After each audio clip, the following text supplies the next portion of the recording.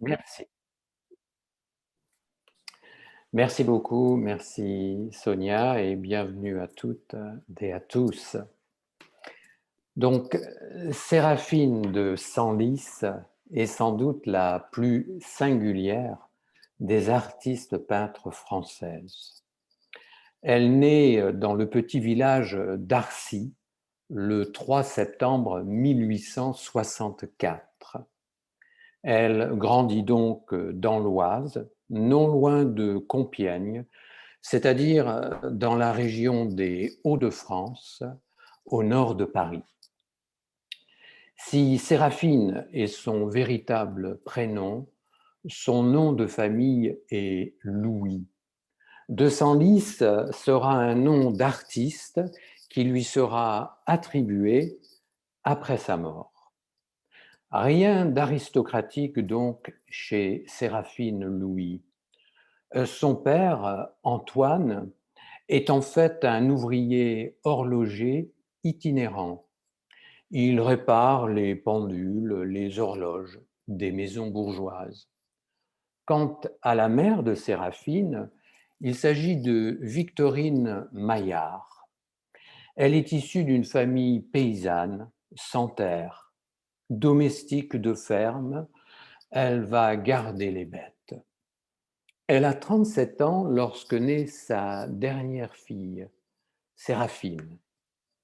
Elle meurt hélas alors que Séraphine n'a que 2 ans. Antoine Louis, le père, se remarie mais décède 5 ans plus tard. Séraphine se retrouve donc orpheline en 1871 à l'âge de 7 ans. Alors c'est déjà une petite fille robuste avec un visage marqué de taches de rousseur. Dorénavant, sa sœur aînée, 14 ans, va s'occuper de l'élever. On le voit clairement, rien ne prédestine cet enfant à devenir une grande artiste. Donc, grâce au curé du village, Séraphine est inscrite à l'école d'Arcy.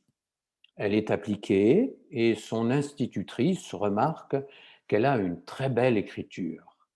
Mais comme pour beaucoup d'enfants du peuple, ses mains sont surtout faites pour travailler. Après l'école, on l'emploie à de petits travaux de ferme, comme nourrir les poules par exemple. Très jeune, elle est aussi bergère. Puis on l'envoie garder les vaches. Elle nettoie le purin des animaux. Elle dort souvent seule dans les étables. C'est une vie dure, sans famille, sans amour. Elle se replie sur elle-même, solitaire. Elle ne s'amuse guère avec les autres enfants des fermes environnantes. En fait, c'est en communion avec la nature, sous les arbres et avec les fleurs, qu'elle se sent bien. Voilà donc son élément, l'intimité des champs, le bruit de l'eau, de la rivière. Et nous le verrons, son œuvre végétale s'en inspirera grandement. Autre univers qui lui convient dès l'enfance, les églises. Très pieuse, elle trouve toujours le temps d'aller à la messe. Elle se cache derrière le baptistère, contemple les vitraux et s'émerveille de leurs couleurs. Et plus tard, c'est dans cette conjonction mystérieuse entre nature et religion que son art va s'enraciner. En 1879, à l'âge de 14 ans, Séraphine est envoyée par sa sœur à Compiègne, la plus grosse ville des alentours. Elle devient alors apprentie domestique au château de la comtesse de Bomigny. Séraphine aide la femme de chambre et les cuisinières. Son air rustique et sa nature renfermée font qu'on la considère comme une sotte. Elle travaille le dos courbé, elle est économe de mots, son silence intrigue. Elle a de gros doigts, des mains travailleuses, le pas lourd des campagnardes. Elle se coiffe à l'ancienne et n'affiche rien de la fraîcheur d'une adolescente. Nourrie et logée, elle n'a presque aucune possession. Incomprise, mal aimée, sa vie semble sans issue.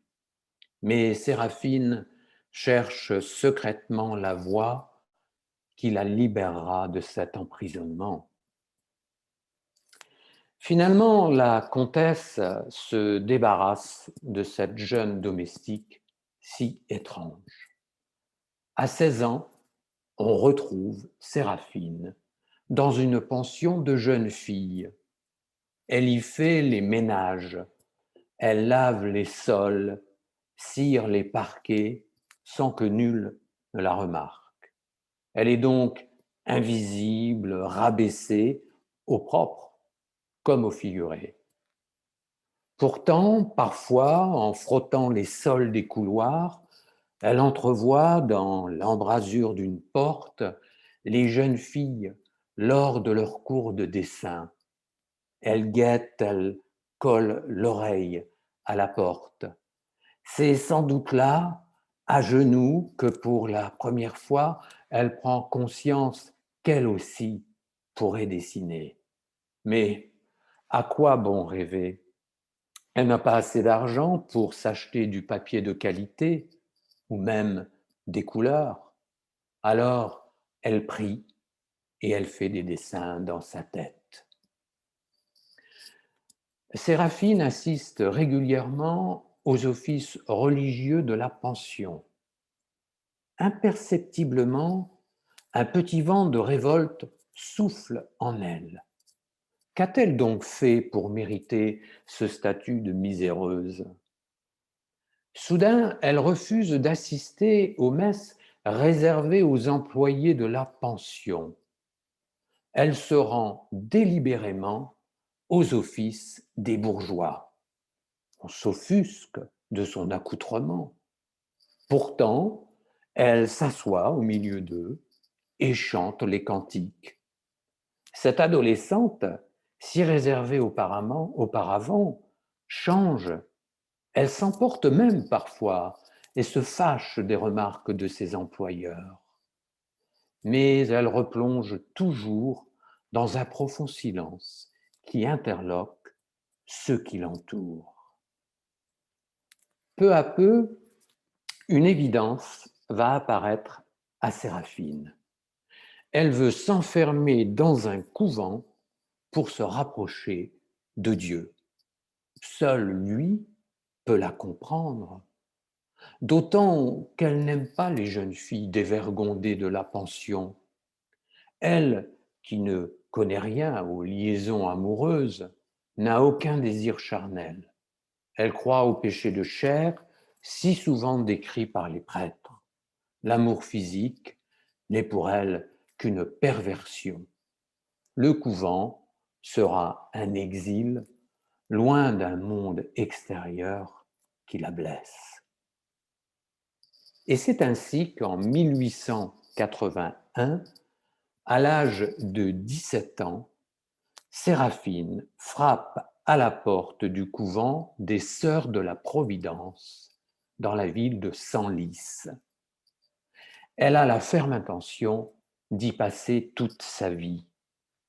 Non pas pour devenir religieuse, elle sait qu'elle est trop pauvre pour prendre le voile et que sans dot, c'est impossible.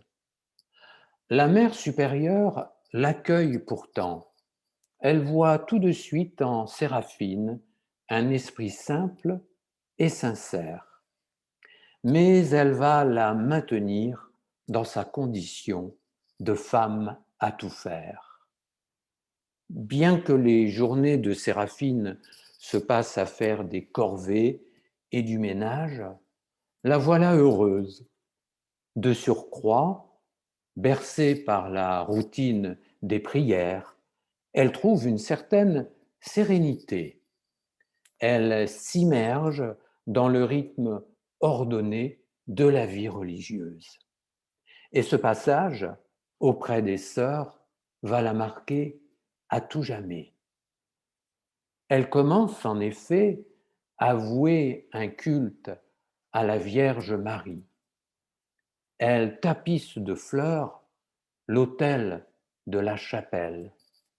Elle adore les processions mariales, les corseaux fleuris qui les accompagnent, la luxuriance des broderies, les retables et les bannières stimulent son esprit. Elle n'a pas encore commencé à peindre, mais elle observe, elle absorbe, elle mémorise les formes et les couleurs. Elle les fera rejaillir un jour. Pourtant, après 20 années passées au couvent, Séraphine semble peu à peu être assaillie par des angoisses du passé. Elle s'imagine que les sœurs la négligent. Son sentiment d'infériorité ressurgit. Soudain, la voilà moins gaillarde, moins travailleuse. Elle se renferme, devient secrète. Et en 1901, après 20 années passées auprès des sœurs de la Providence, elle quitte le couvent. Elle a 37 ans. La voilà de nouveau face à l'épreuve du monde extérieur. Très vite, on apprend à la reconnaître dans la rue à cause de son allure étrange. Elle porte de grosses chaussures d'homme toujours bien cirées. Elle s'attiffe d'une longue jupe noire recouverte d'un épais tablier. Son petit canotier noir à épingles lui donne des allures de sorcière des temps anciens. Elle se parle à elle-même. Elle prie la Vierge à haute voix. Étonnés et moqueurs, les passants la regardent. Qui est donc cette femme? Heureusement, les sœurs lui ont écrit une lettre de recommandation. Pour survivre, elle commence alors à travailler comme bonne pour quelques sous. On la retrouve dans des familles bourgeoises de Senlis, Compiègne ou Clermont. Sans amis, sans famille, elle passe désormais Pâques et Noël seule. Pourtant, Séraphine ne regrette pas son départ du couvent, car elle parle en prière à son ange gardien. Elle attend qu'il lui dise ce que la Vierge Marie veut d'elle. Et un jour de 1901, dans une petite chapelle de la cathédrale de Senlis, elle entend une voix alors qu'elle prie à genoux. Mets-toi au dessin, Séraphine, peins pour la gloire de Dieu. C'est le désir formel de Marie. Je reviendrai te donner d'autres consignes. Marie t'apparaîtra pour te commander des toiles. Alors, elle se dit, Dieu va guider mes mains et à travers elles jaillira la lumière. Séraphine travaille dur le jour, mais quand vient le soir, elle commence à peindre dans son minuscule appartement au 1 rue du Puy Tiphaine, à Senlis. Une vieille paillasse lui sert de lit. Elle a une table, une chaise, une statuette de la Vierge Marie. Elle ne demande rien de plus. Dans une profonde solitude, volets fermés, à la lueur d'une bougie, elle débute une œuvre magistrale à l'insu de tous. Pourtant, Elle n'a jamais étudié les arts. Indemne de tout enseignement, c'est une pure autodidacte. Et voilà que, subitement, cette servante, cette pauvre paysanne, a des doigts de fée. Pour la première fois de sa vie, elle n'a plus honte d'elle-même, car elle se sent investie d'une mission, peindre. C'est un besoin irrépressible et spontané. Sa vie a donc un sens. Désormais, Séraphine fait partie de ces génies de l'art brut qui défient les conventions. Ce que je peins, dit-elle, c'est la vibration des choses, le bruit que font les fleurs dans le silence. À ses débuts, Séraphine commence par dessiner des natures mortes de petit format. Il s'agit avant tout de fruits accrochés à une branche. Puis elle évolue rapidement. Elle peint alors des motifs floraux sur des plats, des assiettes, des pots et des vases, des petits panneaux de bois.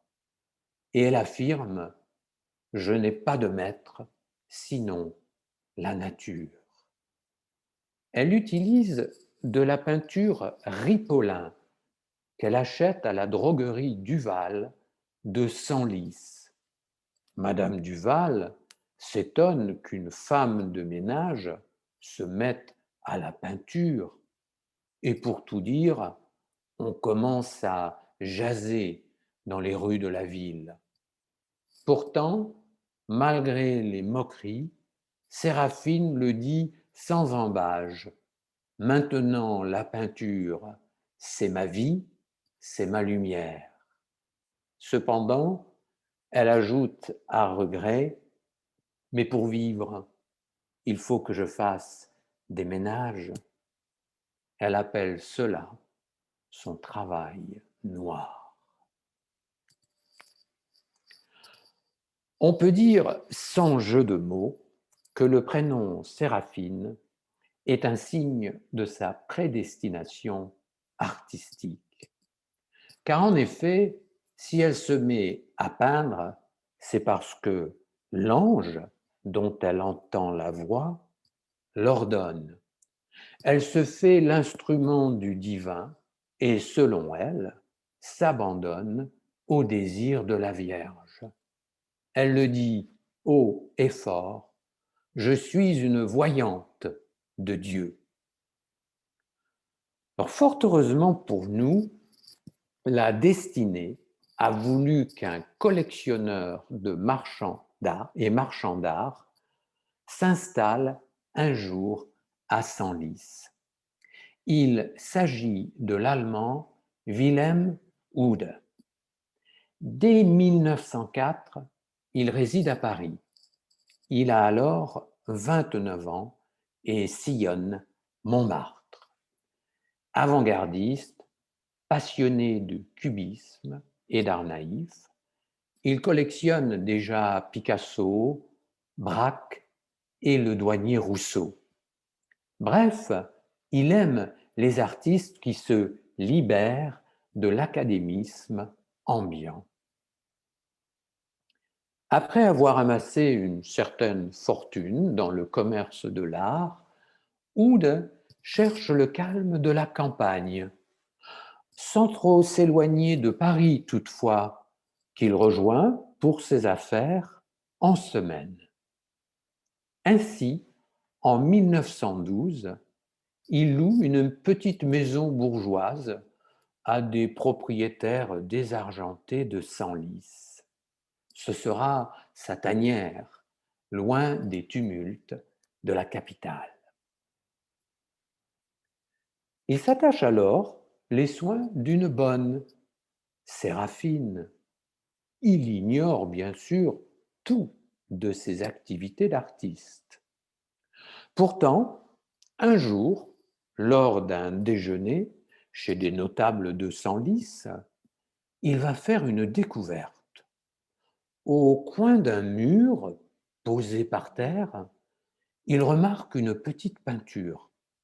Il s'agit tout simplement d'une nature morte, des pommes posées sur une table. Il s'agit tout simplement de quelque chose d'extraordinaire pour lui. Il est saisi d'admiration par la puissance évocatrice de la peinture. Oud perçoit tout de suite qu'il a en face de lui une pièce unique. Cézanne, dit-il, eût été heureux de voir ces pommes modelées dans une belle pâte consistante. Il décide alors sur le champ d'acheter cette peinture à ses hôtes, qui s'étonnent. Il apprend alors stupéfait que c'est sa bonne, Séraphine, qui est l'auteur de cette petite merveille. Séraphine lui paraît inclassable. Il réfute d'ailleurs le terme de peinture naïve en ce qui la concerne. Oud va alors théoriser ce qu'il appelle l'art primitif moderne. Et il définit les œuvres de Séraphine. Ce sont, dit-il, des confessions extatiques, c'est-à-dire faites dans l'extase, empreintes d'un génie de cœur et d'intuition. Séraphine s'oppose, je cite, au talent de la raison et de l'intelligence. Et il va apprendre à la connaître cette artiste recluse qui peint au cœur de la nuit. Heureuse de cette attention, Séraphine lui présente 6 autres petites toiles qu'elle gardait dans sa chambre, et toutes vont procurer à Ude le même saisissement.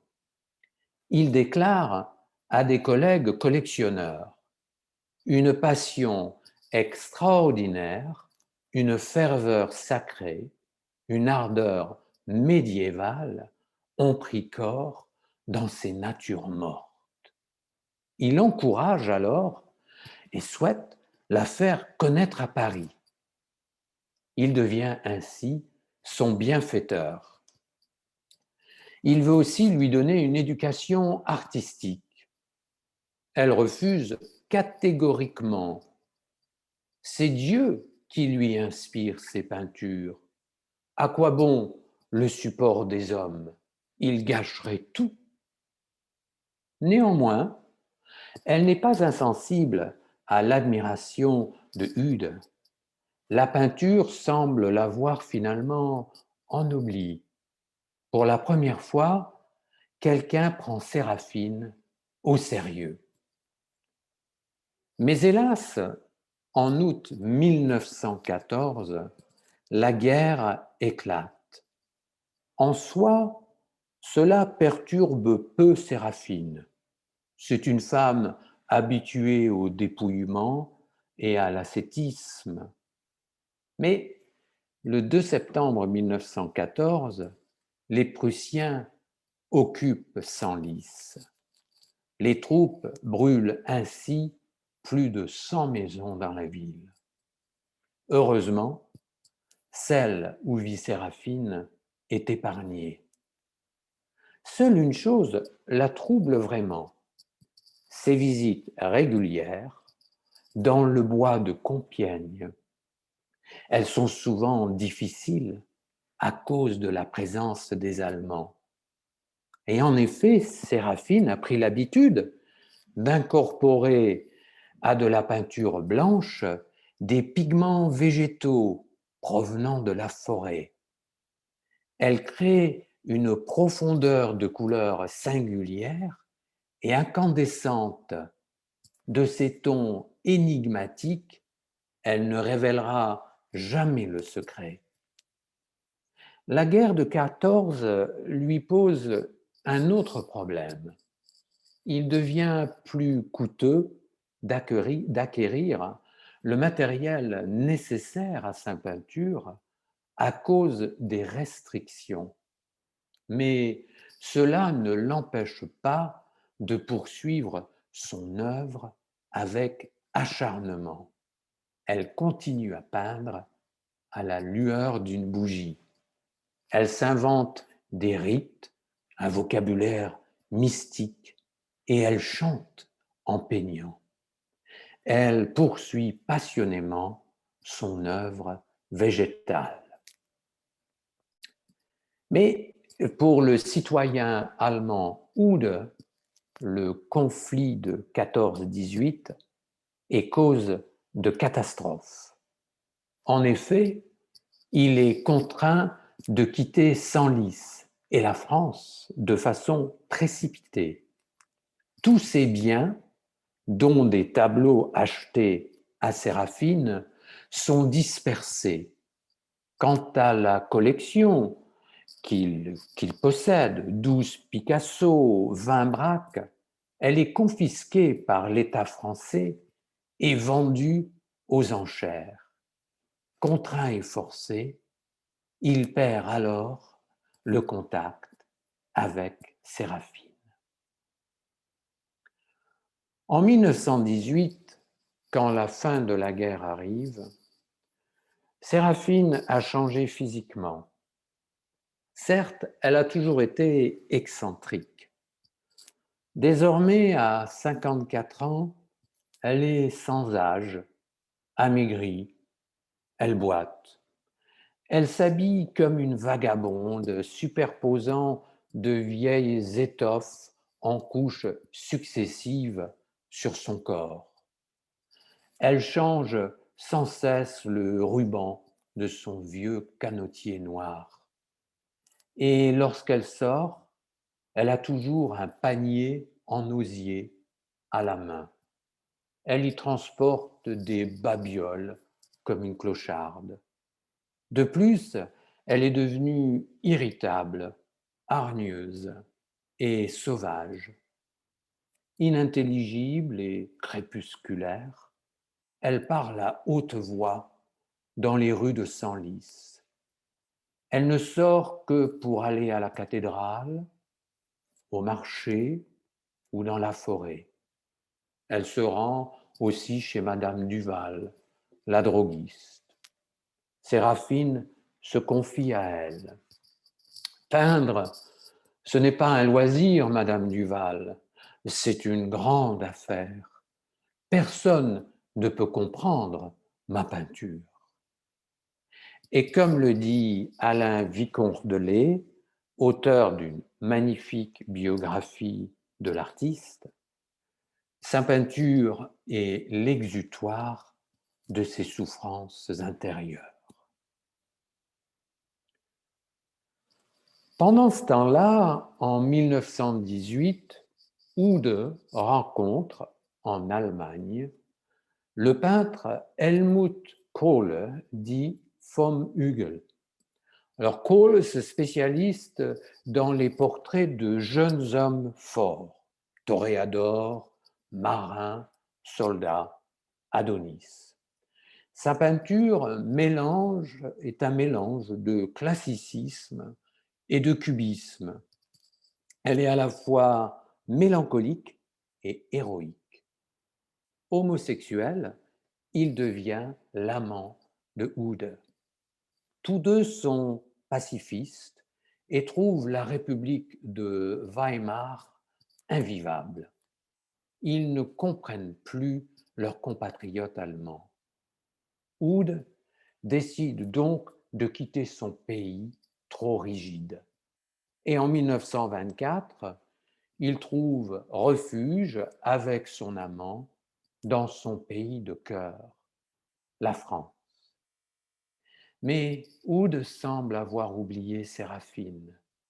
Il ne l'a plus revue depuis 10 longues années.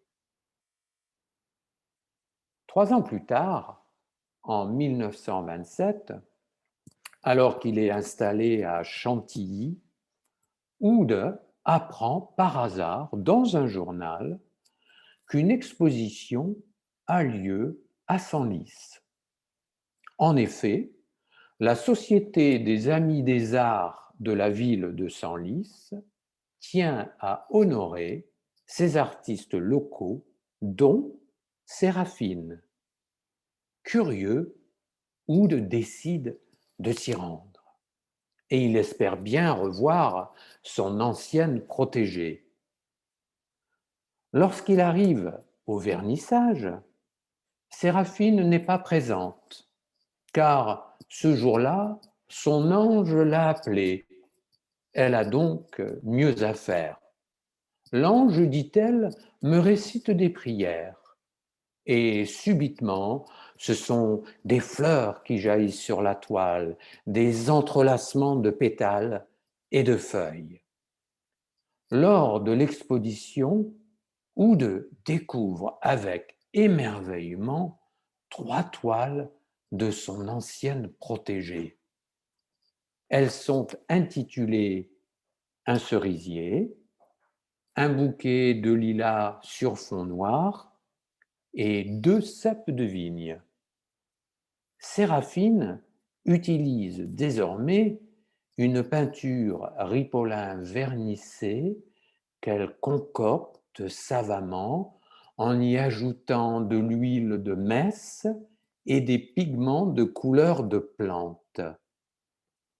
Oud retrouve dans ses œuvres une fusion entre la flore qu'elle chérit et les élans mystiques de l'artiste.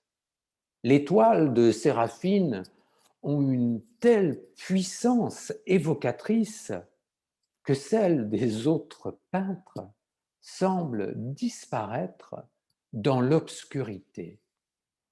Mais sa radiance est-elle vraiment comprise du public? En effet, son art souvent inquiète, il dérange. La petite ville provinciale de Senlis n'est pas prête à accueillir le génie de Séraphine. D'ailleurs, le journal local ne peut s'empêcher le sarcasme. Il écrit moqueur. Séraphine est une excellente personne. Elle a quitté le plumeau pour le pinceau. Mais à Senlis, Oud, lui, achète sur le champ les 3 toiles de Séraphine. Il craint d'être pris de vitesse par un connaisseur. Grâce à cette vente, Séraphine obtient les félicitations du jury. Mais elle s'en moque. Devenue un peu mégalomane, elle se sait géniale. Et cette fois, c'est elle qui méprise ses juges. Lorsqu'elle apprend que Oud était présent à l'exposition, elle hausse les épaules. Ne l'avait-il pas abandonnée pendant 13 années, sans jamais se préoccuper d'elle, sans jamais chercher à la revoir? Le collectionneur allemand est pris de remords. Il décide d'aller la voir. Quand elle ouvre la porte de son petit appartement, il est terriblement ému. Elle le reçoit simplement en disant « Ah, monsieur est de retour ?» Puis, comme s'il ne s'était jamais quitté, elle lui montre ses toiles qui s'empilent contre le mur. Bleu, rouge, or, noir, vert, c'est une explosion de couleurs. Mais Oud comprend vite les souffrances et les brimades dont Séraphine a été victime durant ces 13 années d'absence. Des voisins viennent constamment frapper à sa porte pour la déranger. De nombreux habitants la traitent de folle et d'illuminée. Paranoïaque, elle se barricade et se sent persécutée. Sa porte compte jusqu'à 40 cadenas. Oude va alors de nouveau la prendre sous son aile.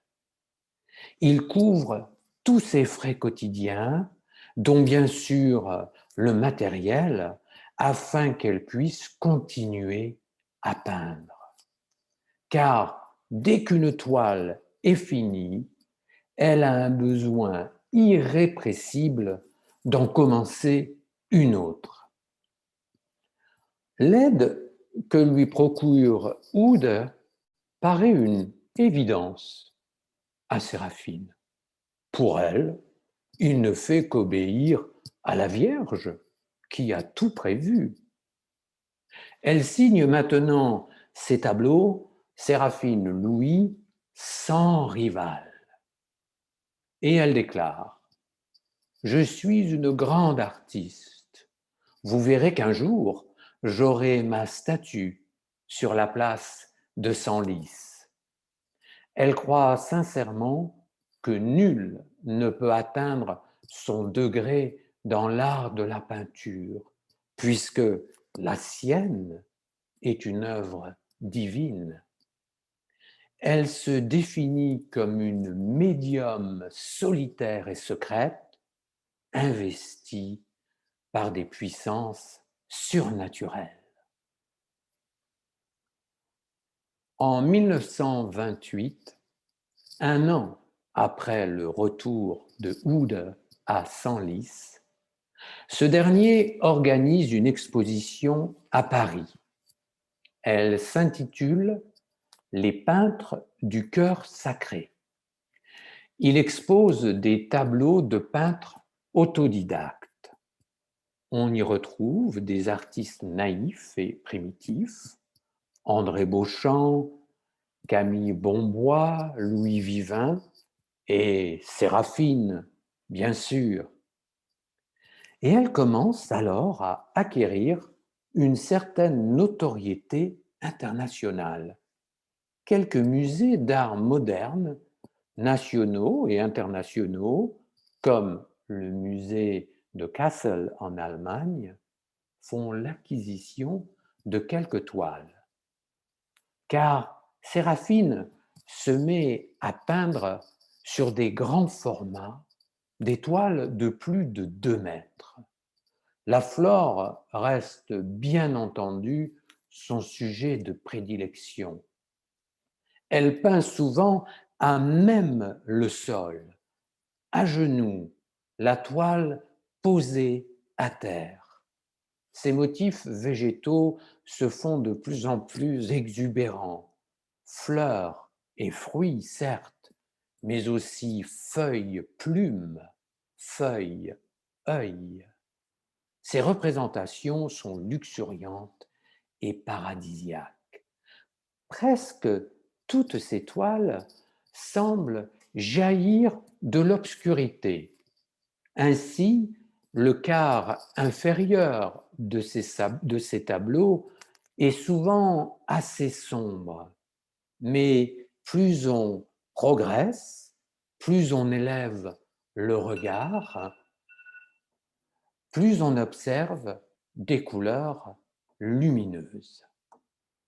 Ces créations semblent guidées par une énergie intérieure phénoménale. Grâce aux ventes organisées par Oude, Séraphine commence à gagner de l'argent. Mais hélas, il lui file entre les doigts.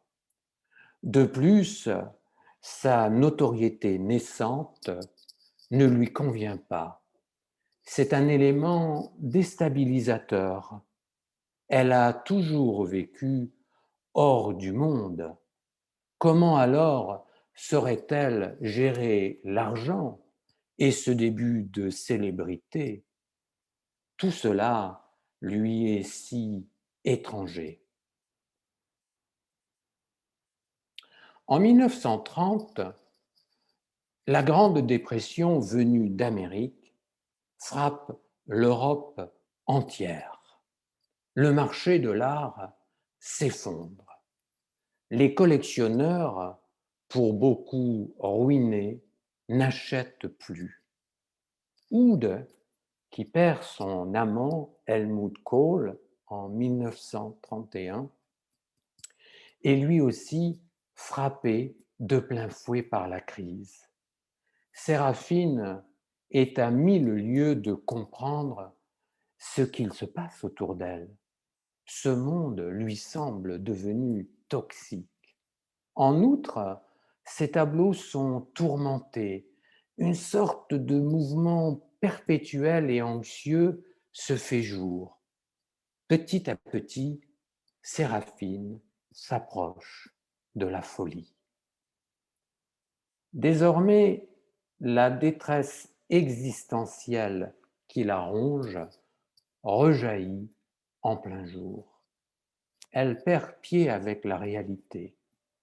Ainsi, en 1931, elle croit revoir un fiancé imaginaire, celui de sa jeunesse, Cyril.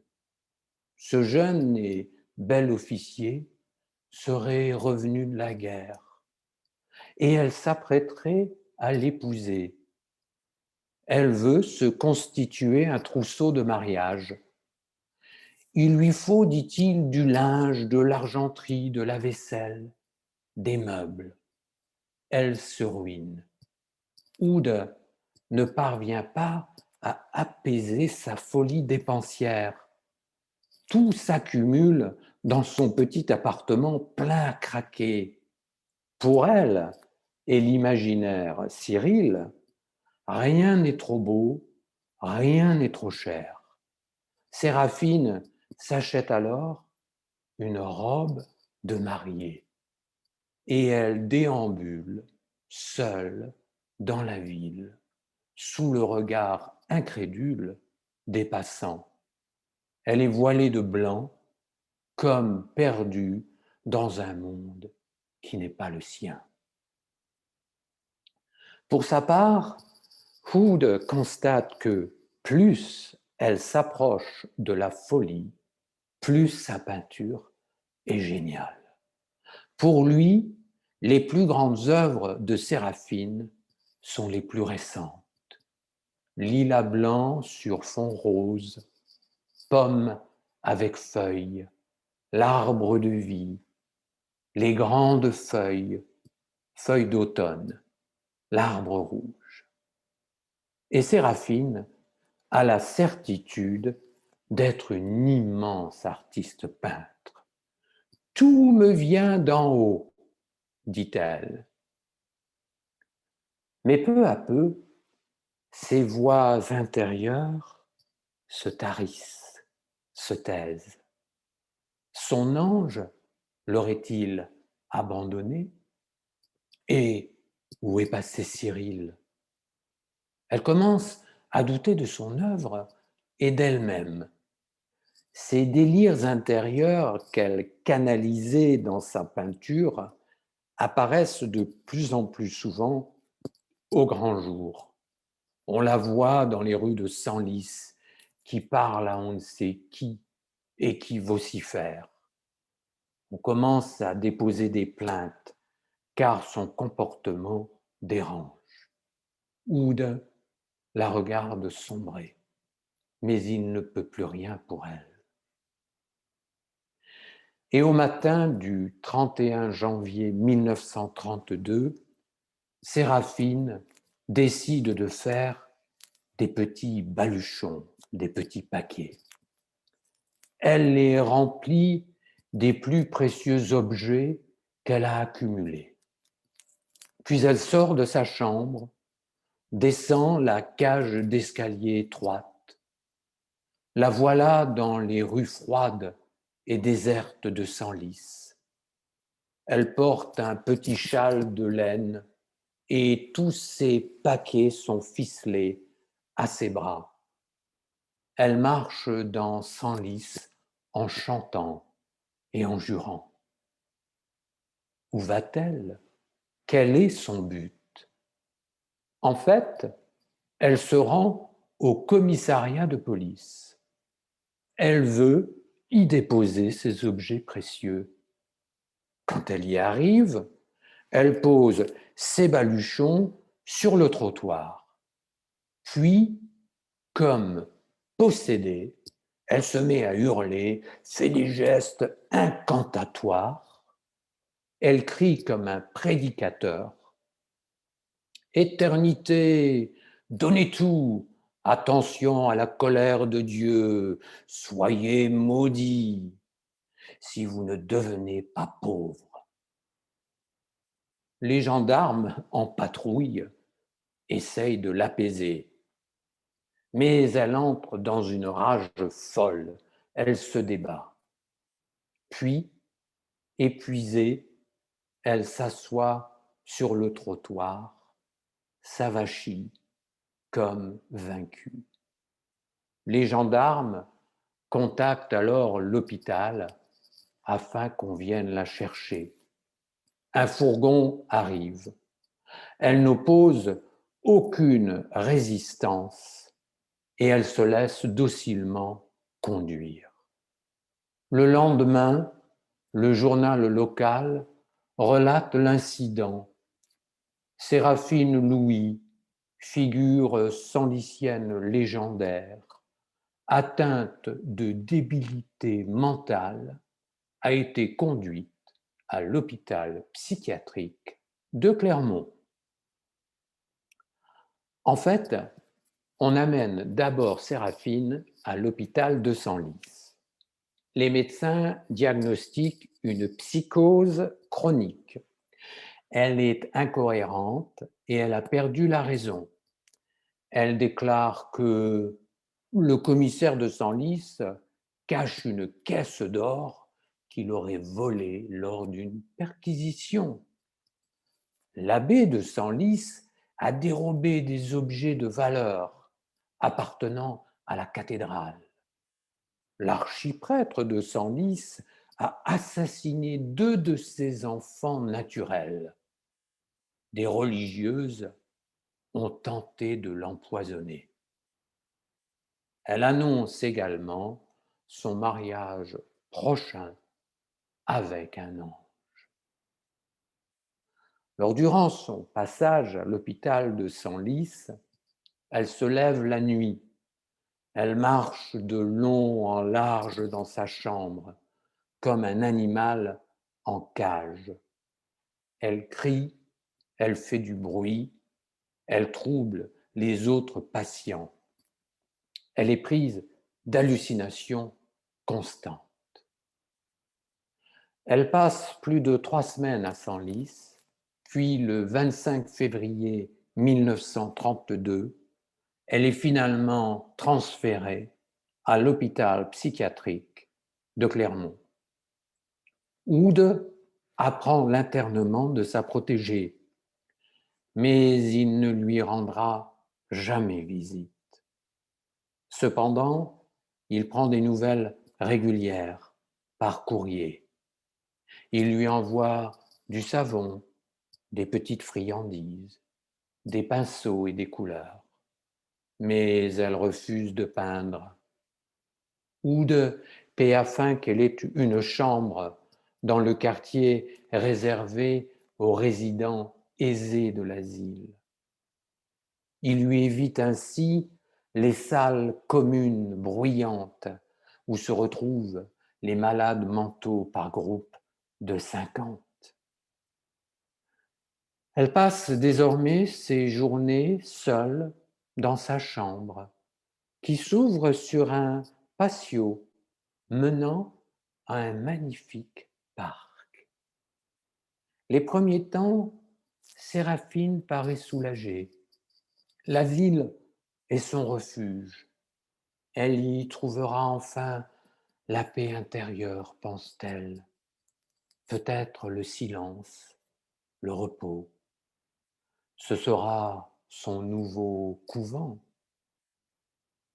Il faut dire que l'asile de Clermont est un domaine étendu et ouvert sur la nature.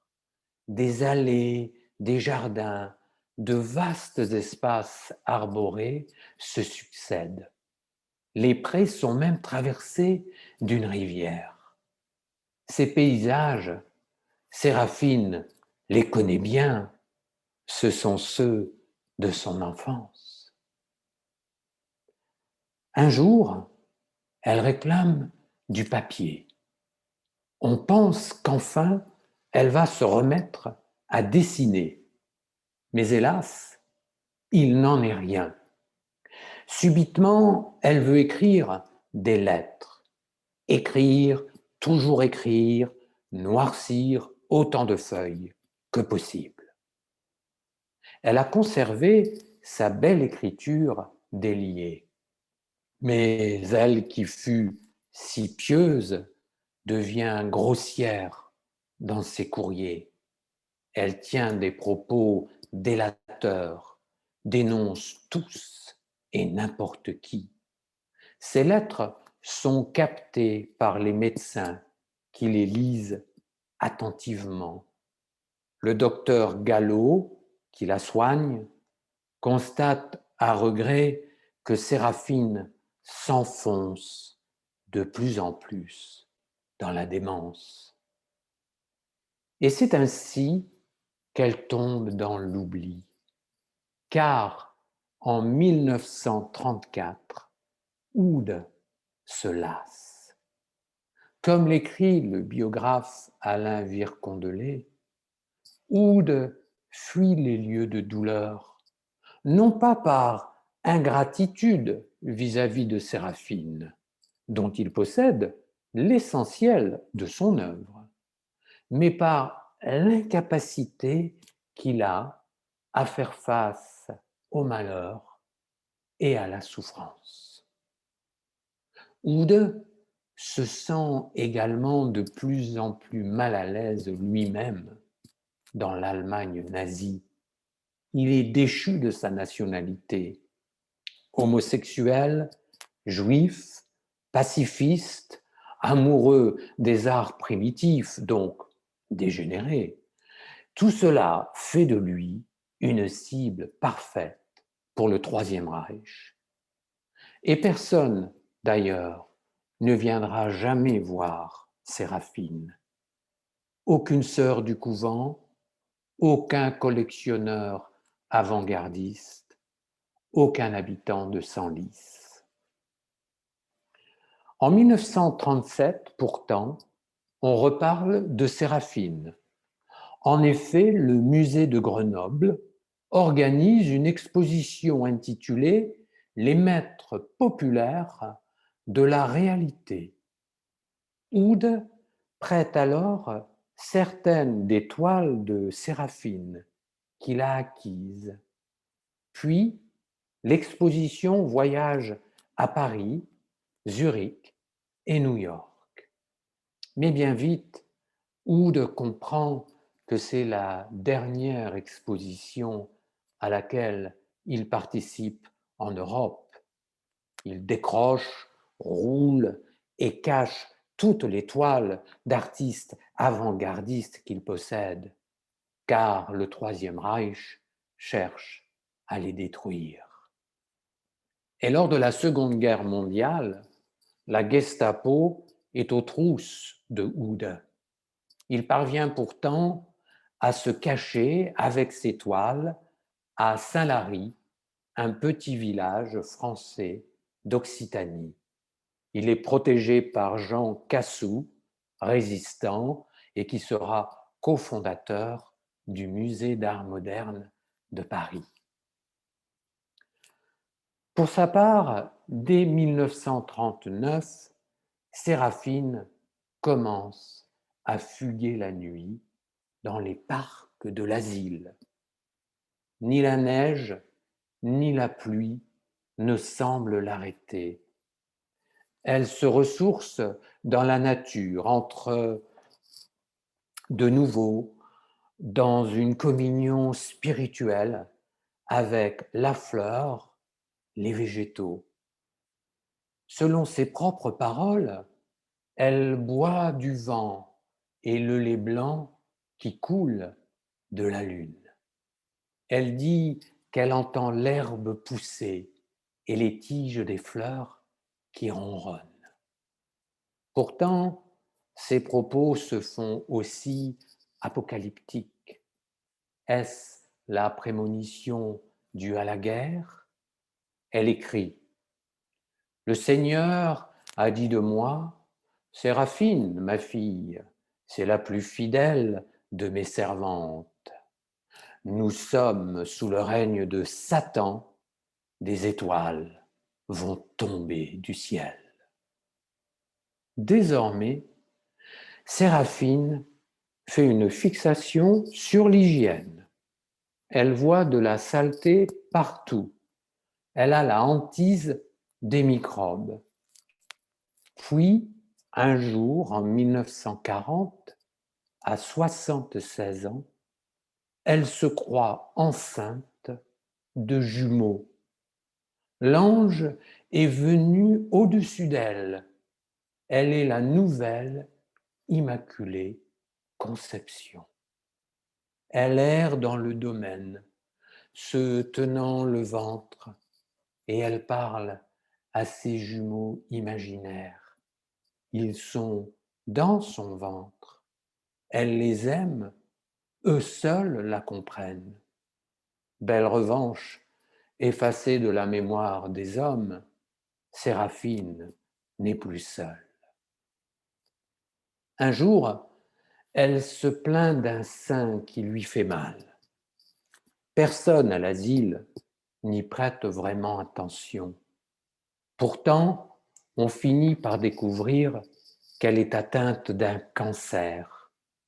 On lui met un drain d'où s'écoule du pus et du sang. Elle compare ces petits filets rouges et or à ceux qui s'écoulaient sur les feuilles et les pétales des fleurs de ses peintures d'antan. Mais elle implore: Je suis fatiguée, j'ai mal. Bonne Vierge, ayez pitié. Mais bien vite, avec l'arrivée des Allemands, il y a un manque criant de soins donnés aux plus fragiles. Les employés de l'asile sont eux-mêmes souvent démunis, affamés par les privations. Ils détournent parfois à leur profit les repas des malades. Séraphine se plaint: Mes petits me rongent le ventre, il manque de lait. Alors elle cueille de l'herbe pour la manger la nuit et elle se nourrit de détritus. Finalement, de plus en plus délirante, on lui fait subir l'épreuve de la camisole de force et on la drogue pour la calmer. On la gave de morphine afin d'apaiser ses douleurs. La lumineuse Séraphine de Senlis sombre alors dans ce qu'elle appelle les puits profonds. Et elle meurt ainsi, désemparée, le 31 décembre 1942. Personne ne réclame son corps. Elle est enterrée dans la fosse commune du cimetière de Clermont. Alors, on appelle un curé qui annonce des prières rituelles. Pourtant, n'avait-elle pas fait savoir ses dernières volontés? Elle s'imaginait avoir une pierre tombale et elle avait écrit ces quelques lignes. Ici repose Séraphine Louis Maillard, sans rival, en attendant la résurrection bienheureuse. Mais hélas, comme le dit son biographe, Alain Vircondelet, Séraphine de Senlis est la grande oubliée des histoires de l'art, comme si son passage par la démence avait tout brûlé derrière elle. Et il se demande, à juste titre, dans cette histoire, qui sont vraiment les fous. Je vous remercie. Merci de votre attention.